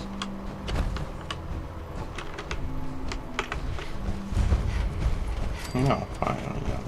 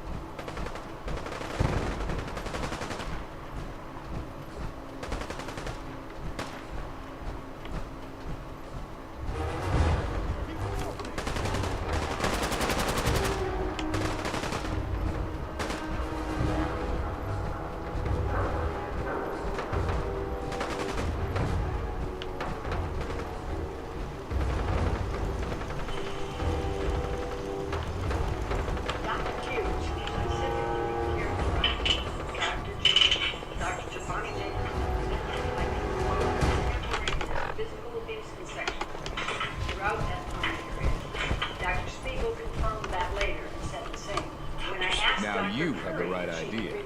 Power on. She said yes, Only but way she to had travel. no comment. Your Honor, objection. What do you mean you can't open the gate? Stop playing around, Danny. I'm standing out in the open here for crying out loud.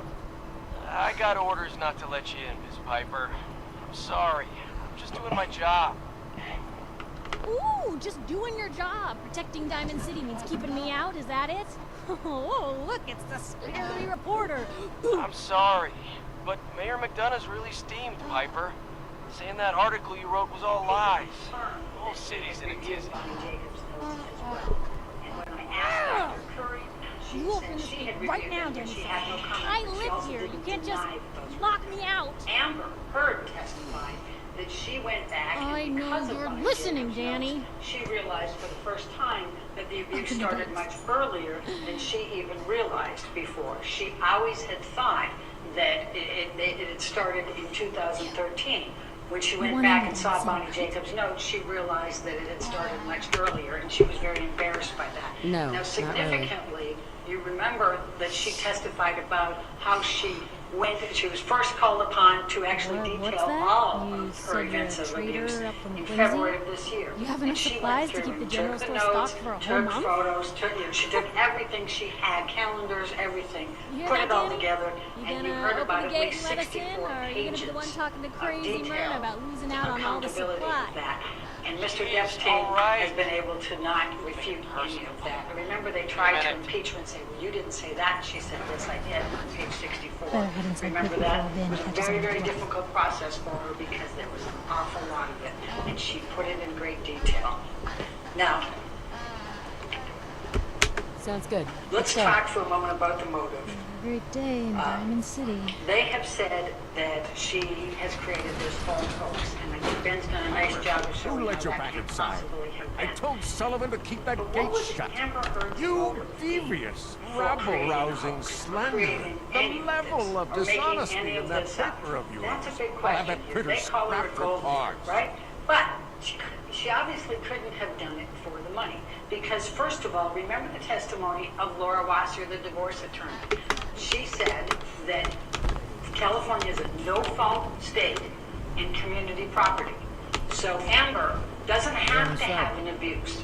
She could have divorced him for irreconcilable differences, for abandonment, for adultery, for anything. So, She doesn't need an You're excuse. that traitor, And Piper. she gets 50% of whatever he earns during the time of the marriage, unless they had a prenup or a postnup.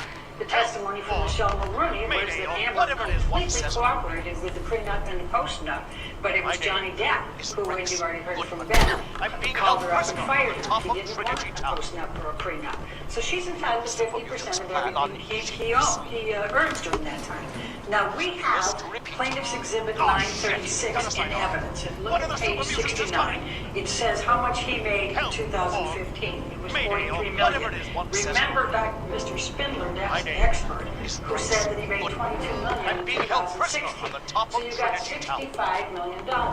Amber was entitled to 31.5 at least. That doesn't include all the back ends from Miracle Tiger's life. She was entitled to that money.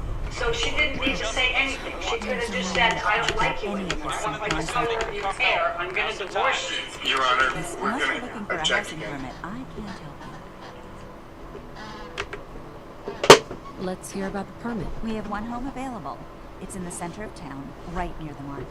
You can do whatever you like with the interior, and all the tools you need to make your own furnishings are provided at no extra charge. I'll take it. Here's the key.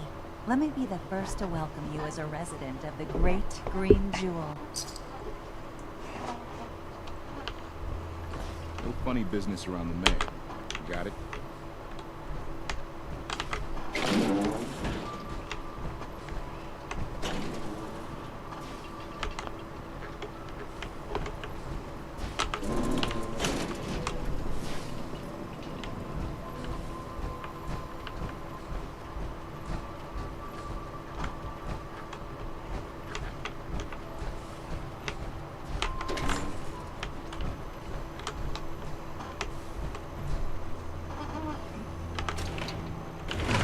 I'm sure we could have done without, or found some other way of acquiring that.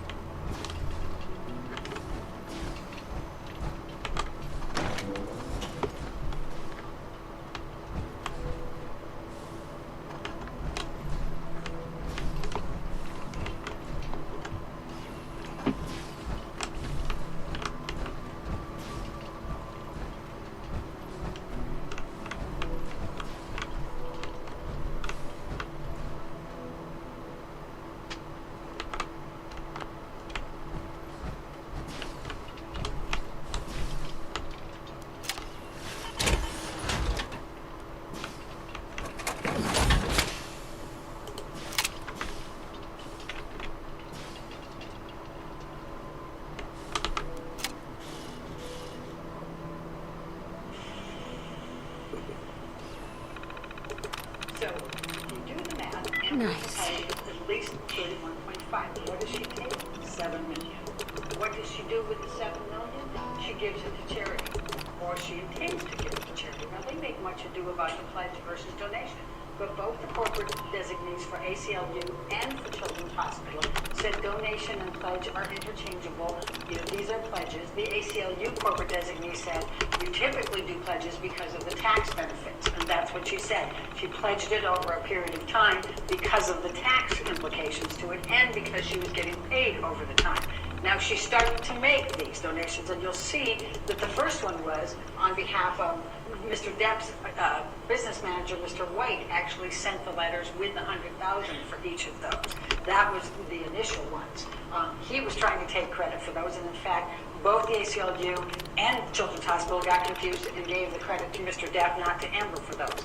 Then she made payments to both, and Elon Musk also made payments to both for $500,000 each, which she didn't count to her pledge, but they helped those organizations. At the end of the day, she's made $1 million in payments to them, but then she got sued here and hasn't been able to because she spent $6 million in attorney's fees. That is unrefutable. She still intends to pay those pledges, honor those pledges, and she said that throughout, and I elicited from both the ACLU and from Children's Hospital. They haven't expired. She can pay them whenever she wants to, and she fully intends to, but she has to get out from under this first. Now, who would blame a woman for giving $1 million in charitable donations? Who would do that? That sounds like psychological abuse to me. Now, Mr. Mandel testified Jhonny Depp is not a charitable person, and he isn't going to big checks for him. Mr. Depp got on the stand and says he does it anonymously, but Mr. Mandel would have been the one writing the checks. He says that didn't happen. Now let's go to damages, because I promised you I was going to go pretty fast here. There's a few different types of damages, but one of the things that the court has talked to you about, she told you that because we have defamation, it's invidious, and therefore it's very difficult to prove these. And so these damages to business reputation, inconvenience, embarrassment are presumed. You don't have to prove those damages.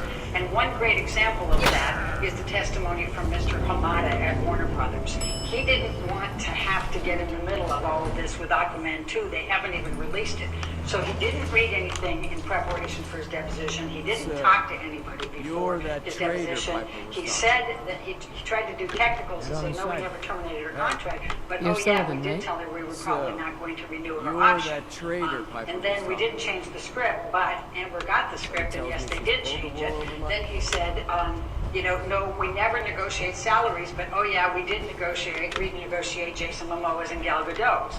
So he just doesn't want to admit to any of these things. But what came out in Hamada's deposition, and I hope you were listening carefully to this, was the email from James Wan, the director, and Jason Momoa, her co-star, who said they guarantee if they are in the film, she is going to be Mara in the film.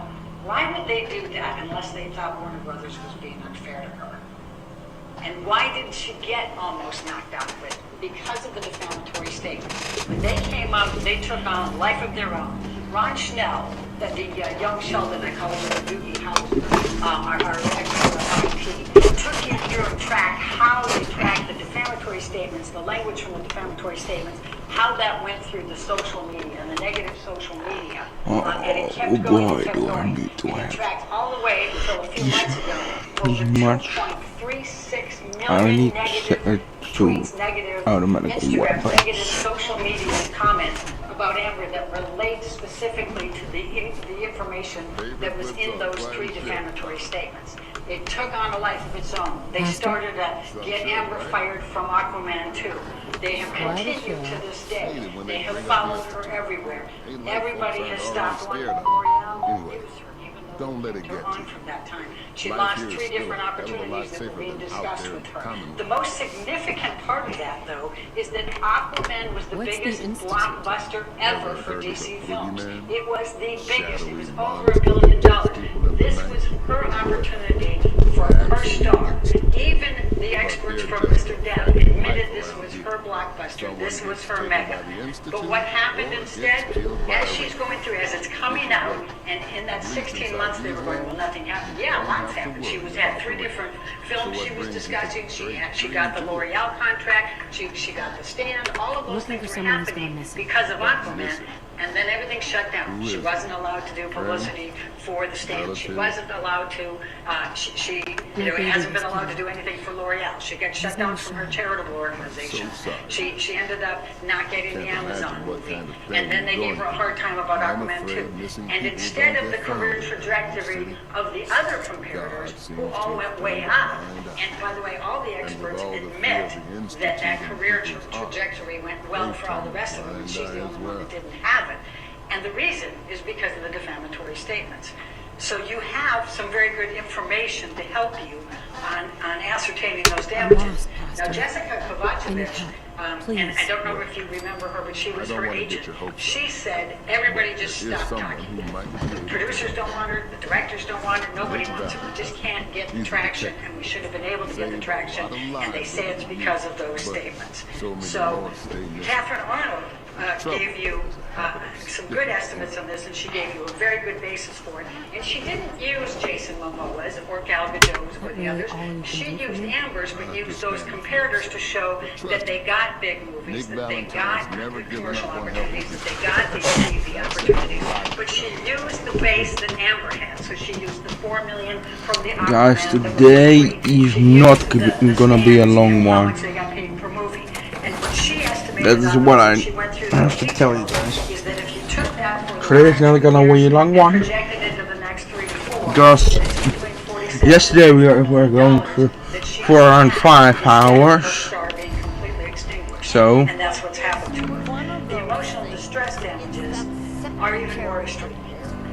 And that is you guys got a really big tree. And every time she's called a liar, every time these folks things come up, everything, it causes her to relive all of it. She talks about panic attacks, the nervousness, the intrusive thoughts, the nightmares, all of the sweat, the anxiety that goes through all of this.